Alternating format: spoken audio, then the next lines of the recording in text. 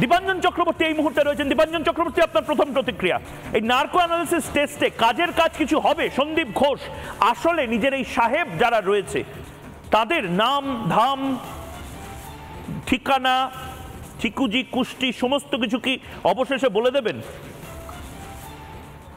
দেখো ময়ূক, সাধারণ দর্শকদের জন্য বলি যে পলিগ্রাফ টেস্ট একটা ব্যাপার, কিন্তু নার্কো অ্যানালিসিস পলিগ্রাফের পরবর্তী ধাপ। পলিগ্রাফ টেস্টে কিন্তু যে কোনো মানুষ, সে যার পলিগ্রাফ টেস্ট করা হচ্ছে, সে কিন্তু তার শরীর, নার্ভ, মনন, চিন্তা সবকিছুর উপর কন্ট্রোল রাখছে, রেখে সে মিথ্যা কথা বলতে পারে, যেটা ধরা পড়ে বৈজ্ঞানিকভাবে বিভিন্ন যন্ত্রের মাধ্যমে। তার পালস রেট, তার হার্টবিট, তার সোয়েটিং হচ্ছে কিনা, এই সমস্ত ব্যাপার। কিন্তু নার্কো অ্যানালিসিসের যেটা ব্যাপার, সেখানে একটা ইনজেক্ট করা হয়, একটা বিশেষ ওষুধ ইনজেক্ট করা হয়। সেটাতে যে মানুষ যাকে করা হচ্ছে সে তার নার্ভের ওপর সাময়িকভাবে কন্ট্রোল হারায়, একটা মোটামুটি হিপনোটিক স্টেজে চলে যায়। তখন সে চিন্তা ভাবনা করে মিথ্যা কথা বলতে পারে না। তখন সে যা বলবে একটা অর্ধচেতন মনে, সেটা কিন্তু 100% সে সত্যি কথা বলবে, 100%। কিন্তু এখানে একটা সমস্যা হচ্ছে, হিউম্যান রাইটস এর অনুযায়ী এবং সুপ্রিম কোর্টের ভার্ডিক্ট অনুযায়ী নার্কো অ্যানালিসিসে যদি কোনো অভিযুক্ত বা অপরাধী বা সাক্ষী সে যদি রাজি না হয়, তার ইচ্ছার বিরুদ্ধে নার্কো অ্যানালিসিস করা যায় না। এটা একটা বড় সমস্যা।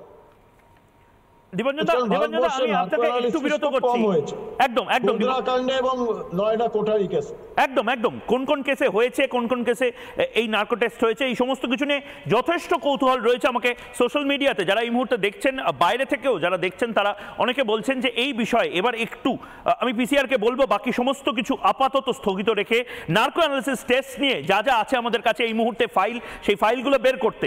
এবং আমি একবার দেখার চেষ্টা করব, যদি পিসিআর এর কাছে থাকে এই মুহূর্তে নার্কো অ্যানালিসিস টেস্ট, এটা কি, কিভাবে নার্কো অ্যানালিসিস টেস্ট হয়। অভিযুক্তকে প্রথমে ইনজেকশন দেওয়া হয়, ইনজেকশনের মাধ্যমে এটা।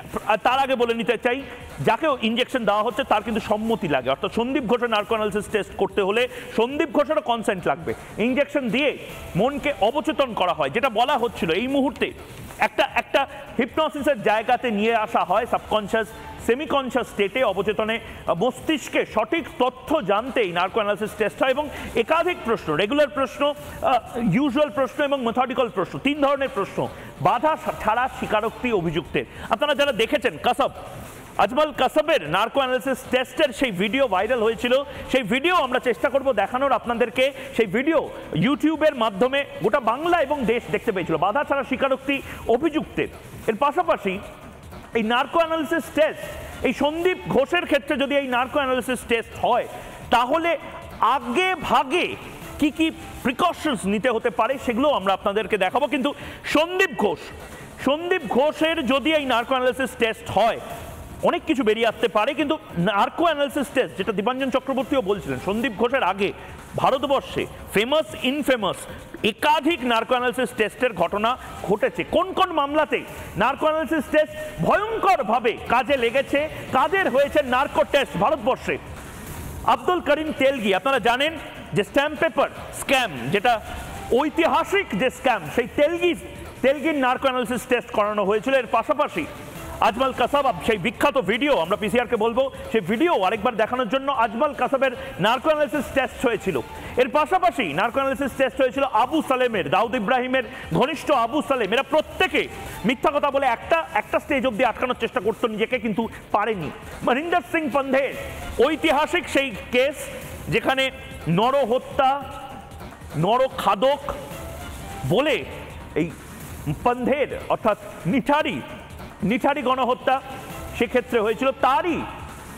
তার সঙ্গে যে ছিল সুরিন্দর কোহলিরও নার্কো অ্যানালিসিস টেস্টের জন্য গোটা দেশ সেই সময় ভয়ঙ্করভাবে উদ্বেলিত হয়েছিল। আরুষি কাণ্ডে অভিযুক্ত কৃষ্ণার পরীক্ষা হয়েছিল, নার্কো অ্যানালিসিস টেস্ট হয়েছিল এই কৃষ্ণার। আরুষি কাণ্ডে যার বিরুদ্ধে সবচেয়ে বড় অভিযোগ ছিল, তারও নার্কো অ্যানালিসিস টেস্ট হয়েছিল, কেন আরুষিকে মেরেছিল। 2002-এ গোধরা হিংসায় 5 জনের পরীক্ষা হয়েছিল। গুজরাটে যে ভয়ঙ্কর হিংসার ঘটনা ঘটে গোধরাতে, সেখানে 5 জনের নার্কো অ্যানালিসিস টেস্ট হয়েছিল। এর পাশাপাশি 2023-এর সংসদ হামলায় 2 জনের পরীক্ষা হয়, নার্কো অ্যানালিসিস টেস্ট হয় 2 জনের। প্রত্যেকের ক্ষেত্রে দাঁড়িয়ে মোটিভটা কি, সেই মোটিভটা জানাটা অত্যন্ত গুরুত্বপূর্ণ ছিল। দীপাঞ্জন চক্রবর্তী, আপনি বলছিলেন, আমি একবার দর্শককে মাফ করবেন, আমাকে ভেঙে ভেঙে বোঝানোর জন্য কাদের নার্কো অ্যানালিসিস টেস্ট হয়েছে এবং নার্কো অ্যানালিসিস টেস্টে কি কি সুবিধা অসুবিধা রয়েছে। সন্দীপ ঘোষকেই নার্কো অ্যানালিসিস টেস্টের যদি পারমিশন পাওয়া যায়, সন্দীপ ঘোষ কি তার সাহেবদের নাম বলে দেবে? আর বলে দিলেও বিপদ কি বাড়বে?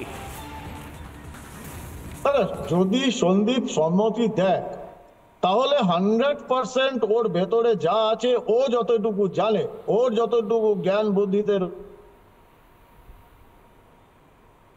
না, এটা গ্যারান্টেড। এখন এখানে আর একটা প্রভিশন রয়েছে, যদি সম্মতি না দেয় তখন কিন্তু সিবিআই সন্দীপের এগেনস্টে হস্টাইল অ্যাকিউজ ডিক্লেয়ার করতে পারে। আর হস্টাইল অ্যাকিউজ ডিক্লেয়ার করলে যেখানে বেনিফিট অফ ডাউট যেটা অপরাধীরা পেয়ে থাকে, যেটা আমাদের বিচারের ব্যবস্থায় বলা হয় you are innocent unless proven guilty, সেই অ্যাডভান্টেজটা কিন্তু সন্দীপ হারাবে। এবং সেটা ওকে বলেও দেওয়া হবে যে তোমাকে বেনিফিট অফ ডাউট দেওয়া হবে না। যেখানে কোনো রকম 60-40 ইস্যু থাকবে, সেখানে কিন্তু 40% কনভিকশন মানে কনভিন্স হলেও সিবিআই তোমার কিন্তু সাজা হবে। সেটা জেনে তুমি নার্কো অ্যানালিসিস সম্মতি দেবে কি দেবে না। কারণ নার্কো অ্যানালিসিস থেকে বাঁচার কোনো উপায় নেই। সেখানে বৈজ্ঞানিকভাবে 100% তাকে সমস্ত কিছু বলতে হবে যতটুকু সে জানে। ঠিক ঠিক। তো এখানে ডিসঅ্যাডভান্টেজ কিছু নেই, বাট ওকে সম্মতি দিতে হবে, না হলে সিবিআই কে পরবর্তী পদক্ষেপ ওকে হস্টাইল অ্যাকিউজ ডিক্লেয়ার করতে হবে। একদম। এবং ঠিক সেই জায়গা থেকে আমার সবচেয়ে বড় প্রশ্ন এই মুহূর্তে বাংলার মানুষের কাছে, এই প্রশ্ন, যে প্রশ্নের উত্তর আমরা প্রত্যেকে খুঁজছি, ময়ূকের প্রশ্ন এই মুহূর্তে। এবং এই ময়ূকের প্রশ্ন নিয়ে আমি আশফাকুল্লাহর কাছে যাব। সন্দীপ এবার সাহেবের নাম বলবে। অনেক সাহেবের নাম বেরিয়ে আসছে।